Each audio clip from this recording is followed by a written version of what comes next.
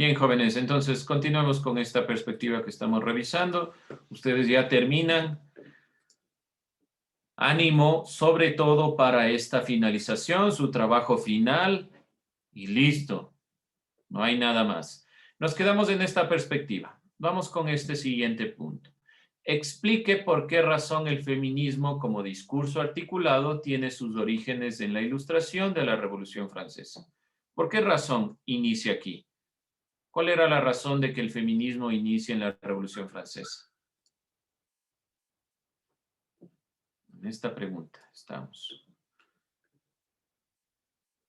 ¿Qué dicen ustedes? ¿Por qué será que inicia en la Revolución Francesa? Recuerden, vimos un video donde se iban planteando algunos de los elementos desde el concepto feminismo.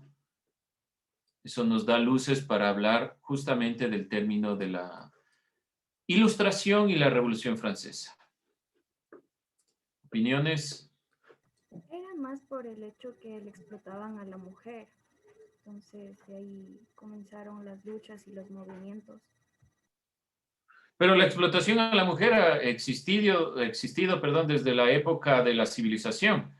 Desde que se acaba el Neolítico y comienza ya las civilizaciones antiguas, podemos decir que comienza la, ¿cómo decirlo?, la perspectiva en contra de la mujer. ¿Qué pasa? ¿Por qué en la Ilustración comienza el feminismo? Si en todas las épocas ha existido problemas. Porque desde entonces se comienza a dar perspectivas de que exigen una lucha de derechos y una igualdad y aparecen personajes que le dan realce a estos puntos para que no solo estén cada una separada, sino que se unan en un solo movimiento.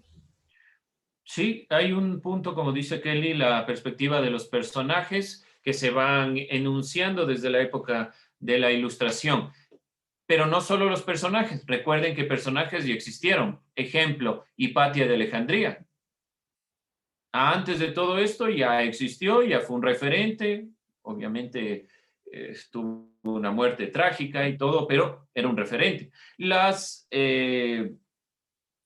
luchas sociales donde las mujeres indígenas han participado también son representantes importantes. ¿Cuál es el punto?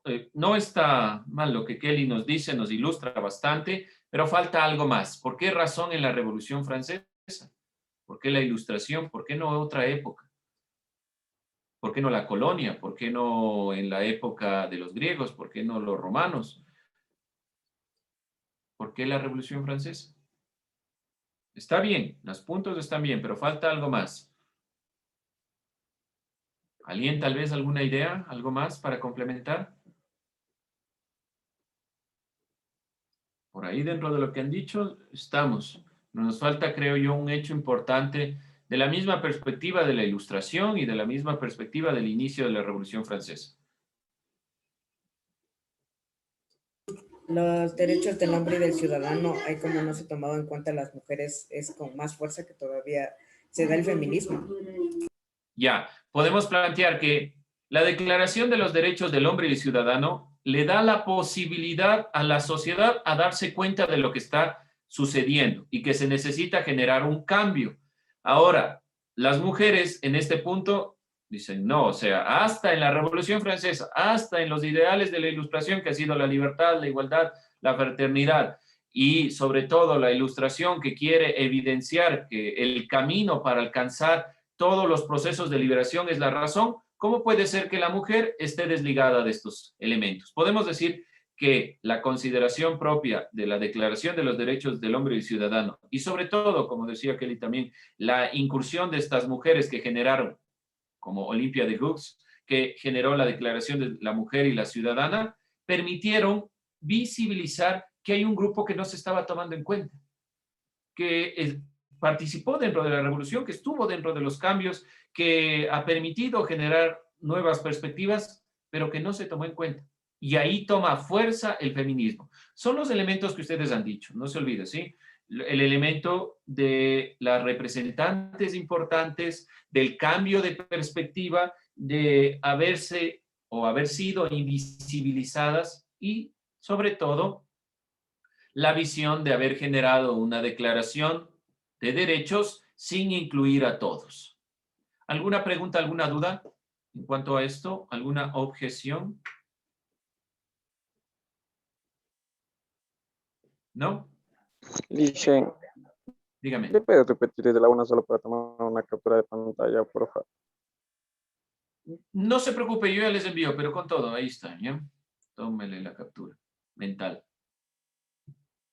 ¿Listo? Si no, yo ya les envío, tranquilos, no se preocupe, con todo.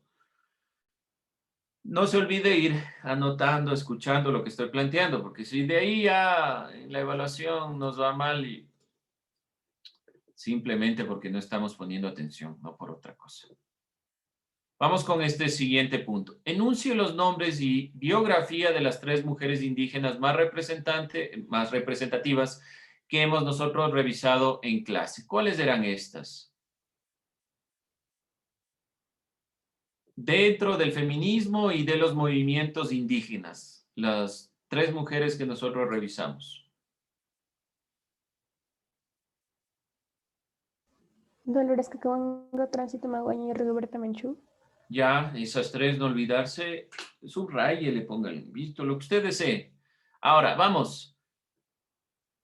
Dolores Cacuango, ¿qué hizo? ¿Recuerdan tal vez dónde nació? Fecha. Vamos revisando, no se olvide complementar. Dolores Cacuango, Tránsito a Maguaña, Rigoberta Menchú. Obviamente las 2 ecuatorianas, ¿dónde nacieron Dolores Cacuango y Tránsito a Maguaña? Pertenecen a una comunidad importante dentro de nuestro país, a la comunidad Cayambe, son dentro de esta perspectiva, nacieron en Cayambe. Dolores Cacuango nació en Cayambe en 1881, creó la primera escuela bilingüe. Tránsito a Maguaña, obviamente también nació en Cayambe, defendió la reivindicación como la supresión de las relaciones laborales que se basaban en la explotación, y Rigoberta Menchú nació en Guatemala, recibió el Premio Nobel de la Paz por su lucha a favor de la justicia social, no poniéndose de ningún lado, ni de los trabajadores, ni del gobierno. Ahí tenemos los elementos puntuales. Falta ir complementando algunas ideas, pero son las ideas más importantes en cuanto a esto que se está pidiendo aquí. Explique qué es el ecologismo y por qué combate al capitalismo. Creo que es sencillo, ¿no es cierto? El ecologismo, los movimientos que luchan contra las perspectivas del daño global que ha ido generando las industrias. ¿Por qué combate el capitalismo? Porque el capitalismo es el que ha promulgado, el que ha impulsado la empresa, el libre mercado y demás. Enuncie qué es el arte popular y qué es la expresión de valores, creencias y vivencias. ¿Y por qué es, mejor dicho, una expresión de valores, creencias y vivencias del grupo humano? Aquí sí ya les dejo sobre todo a su consideración. No se olvide que el arte popular, vamos definiéndolo. ¿Cómo definiría el arte popular? A ver, Saraí, ¿cómo definiría arte popular? Esta palabrita, arte popular, ¿cómo lo definiría? Eso, búsquelo en su cuaderno.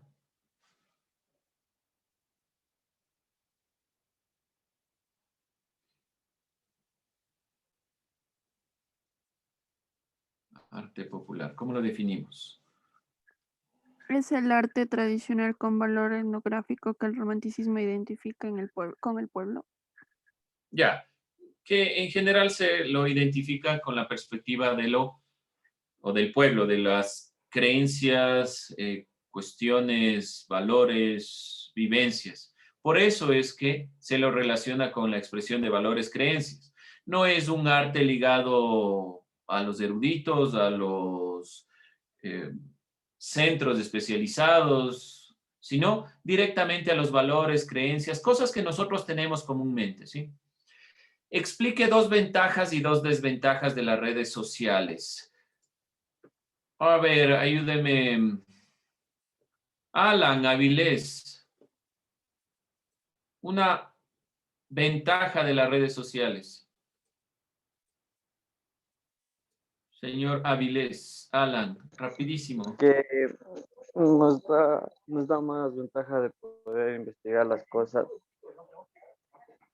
Ya, nos permite, no nos da tanto la ventaja, nos permite consultar de manera más rápida. Bueno, vamos a ver otra ventaja.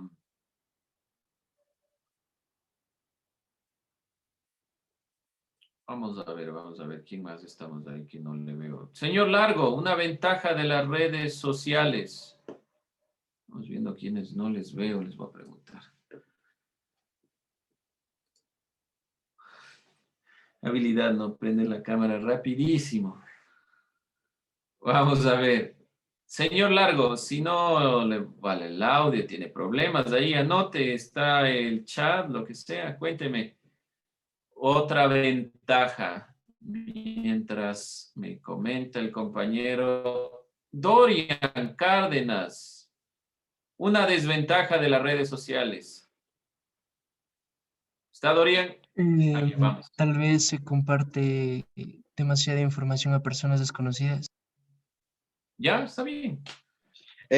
Listen, Dígame, Gabriel. una ventaja es una comunicación instantánea y sin fronteras. Muy bien, una comunicación instantánea y sin fronteras. Vamos, Fernando, la última desventaja.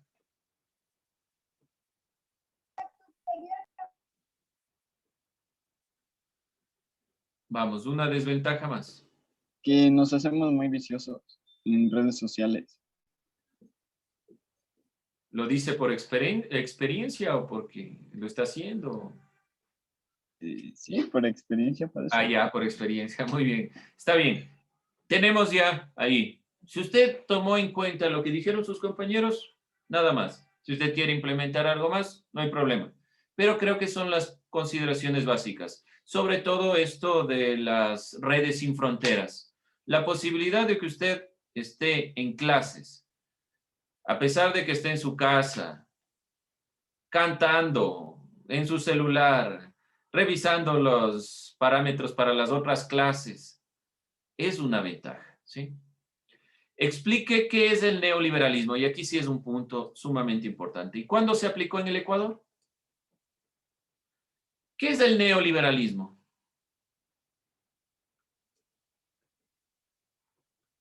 ¿Qué es el neoliberalismo? Vamos a ver. ¿Qué se entiende por neoliberalismo? Matailo, Daniel, neoliberalismo.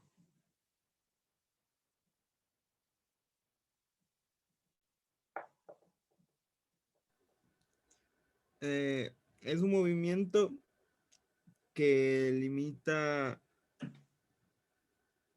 la intervención del Estado, se podría decir, o sea, en la economía y en algunos aspectos exactos. Algunos aspectos, ha dicho usted, pero es un movimiento, no me queda claro.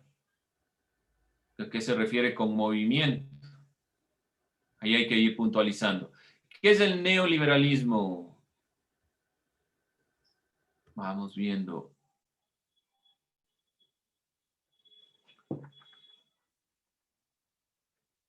Pinto, Belén, ayúdeme. ¿Qué es Bueno, el neoliberalismo? la mejor manera de promover el bienestar del ser humano y consiste en no restringir el libre desarrollo de las capacidades y las libertades empresariales. La última parte, muy bien, que no se pueda limitar en ningún caso. Ahora, es sobre todo un modelo político y económico, un modelo, no tanto un movimiento, sino más un modelo, un estándar que se plantea con base en la libertad del comercio, en la propiedad privada y en que las empresas tengan libertad de funcionamiento, lo que nos dijo Belén también al final, ¿sí? Eso es sumamente importante para plantearlo como consideración. Ahora, ¿cuándo se planteó en el Ecuador? ¿Cuándo se plasmó en el Ecuador como tal el neoliberalismo? Aquí podemos nosotros discrepar. Por eso es importante que tengan en cuenta. ¿Cuándo se aplicó? Andrea. En los años 70. En los años 70, ya, bueno. ¿Alguien alguna objeción con esa consideración? Los años 70, el neoliberalismo, en el Ecuador como tal. En los años 70, ¿qué modelo de gobierno estaba? Hay una transición desde la perspectiva militar. Podemos decir que tal vez en los 70 se planteó en América Latina. Y en el Ecuador, no diría yo que el gobierno militar del 72 de Guillermo Rodríguez Lara es necesariamente neoliberal. Es un modelo con impulso de reconstrucción, sí, hubieron bastantes alianzas, pero vamos a plantearnos esta perspectiva de otra forma, ¿ya? Para no confundirnos con la fecha específica. ¿Alguien más? ¿Alguna otra fecha de aplicación propiamente del neoliberalismo en el Ecuador? Que miren, se aplicó. No es lo mismo, se creó, se generó. En América Latina, a lo largo de los años 70 y desde la dictadura militar, sí se ha ido planteando modelos neoliberales. Veíamos también en Chile, que es uno de los casos específicos. Pero, ¿qué pasa en el Ecuador? ¿Cuándo es la aplicación como tal de este neoliberalismo? A partir de 1980, 1982, por la crisis, se dan las políticas de austeridad y después se da la privatización. 1980, ya podemos decir que para 1980 comienza la crisis, pero la aplicación de un modelo, es decir, sí se da la privatización, correcto, en esa perspectiva desde 1980 para 1982 se entra en austeridad y se comienza a privatizar por una necesidad del pago por las alianzas. Pero ¿quién toma realmente el neoliberalismo tal cual en el Ecuador? Que dice, el gobierno es neoliberal. Y comienza la crisis ya en su finalización y podemos decir que es una aplicación directa del neoliberalismo en todos sus parámetros. ¿Alguien más? ¿Alguna otra opinión? Podemos decir que desde 1980 comienza esta perspectiva de las políticas neoliberales. Pero como neoliberalismo, ¿cuándo se aplicó como tal en el Ecuador? Podemos partir y no ponerle solo una fecha específica, ¿sí? No, digamos que comienza desde 1982 con el inconveniente fundamental y que realmente está plasmado para 1999, 98, 99 con la llegada de Yamil Maguad. Desde 1980, como nos dice la compañera, hasta el 2000, se vinieron tomando una serie de medidas neoliberales. El gobierno de Yamil Maguad ya realmente asume el neoliberalismo como su modelo político y económico.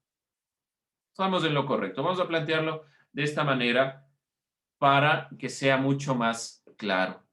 ¿Sí? ¿Alguna duda con esto?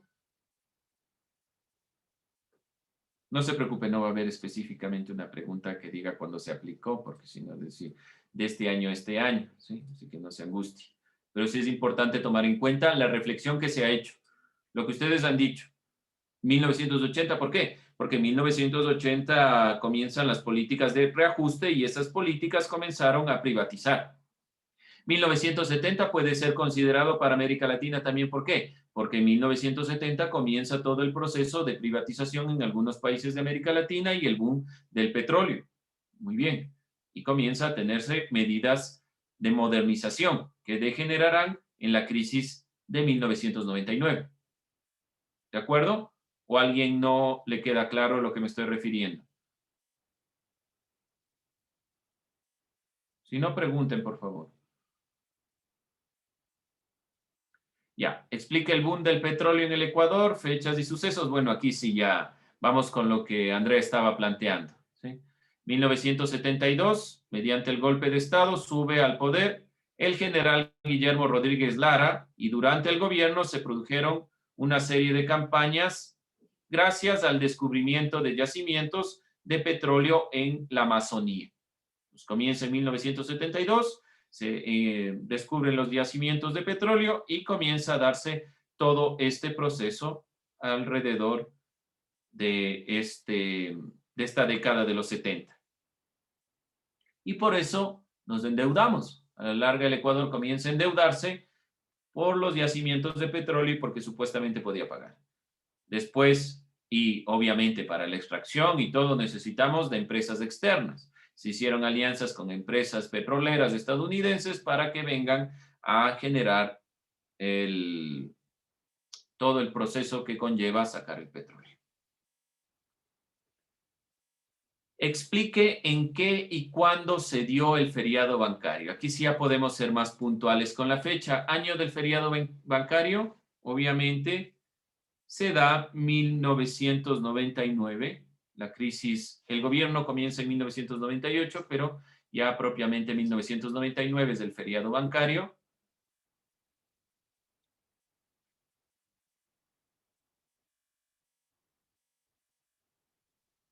¿Qué es el feriado bancario? ¿Cómo definiríamos feriado bancario? Antonio, ayúdeme, por favor. El feriado bancario es la suspensión de actividades de los bancos en esa época. Ya, muy bien, no se olvide. Entonces, es la suspensión de actividades. Significa que las personas no podían sacar su dinero. Y después se dio el congelamiento de las cuentas. No era lo mismo el congelamiento de las cuentas que el feriado bancario. El feriado bancario degenera en el congelamiento de las cuentas. ¿Por qué razón? El feriado bancario es que por un día, eso se suponía, los bancos no iban a dar dinero para generar una estabilidad y de ahí comenzar nuevamente. Después de los 5 días que duró el feriado bancario y al finalizar se congelaron las cuentas porque realmente no había dinero para devolver cantidad de los depositantes. Este feriado bancario degeneró ¿en qué? Principalmente degeneró o fue la causa de la migración del 2000. Explique qué fue y para qué se creó la AGD o Agencia de Garantía de Depósitos. ¿Qué era la AGD?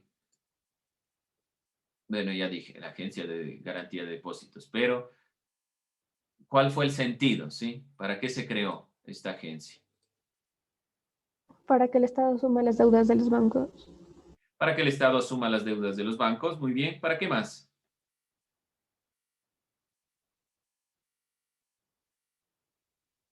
Para que los bancos de fondo, es lo mismo, pero para que no quiebren, es decir, no desaparezcan. Pero la idea era, o supuestamente, si ven el nombre, Agencia de Garantía de Depósitos. ¿Nosotros qué entendemos con eso? Que debe garantizar a quien deposita. En realidad lo que estaba garantizando es al banco, tanto para que no quiebre, que el Estado le asuma y sobre todo para que pueda seguir funcionando. Prácticamente es pagar el dinero de los depositantes a través de los contribuyentes. Estamos pagando, estamos regalándole al banco prácticamente. No estamos generando ningún beneficio. Esa agencia fue tan perjudicial que degeneró en el feriado bancario. Y con esto cerramos. Explique la diferencia entre el socialismo del siglo XXI y el socialismo del siglo XX. ¿Cuál es la diferencia fundamental? Podríamos plantearlo con una palabra. Obviamente usted no va a poner solo esa palabra, ¿sí? Pero podríamos sintetizarlo con una palabra. ¿Cuál es la diferencia del socialismo del siglo XX con la del socialismo del siglo XXI? La democracia. La democracia. Bueno, democracia para que sea una palabra. Ok, la democracia. El socialismo del siglo XX no considera la democracia ni el proceso democrático. Más allá de que Hugo Chávez haya permanecido siempre en el poder y lo que sea, ese es el fundamento del socialismo del siglo XXI. La democracia, la participación democrática, que el socialismo del siglo XX no planteó porque se basó en perspectivas marxistas de las dictaduras del proletariado. Por lo tanto, era incoherente que se plantee la democracia. El socialismo del siglo XXI trata de evidenciar que la democracia, la participación, la no reelección indefinida, el cambio, permite que el socialismo se vaya generando de mejor manera. Bien, ¿alguna duda, inquietud, preguntas?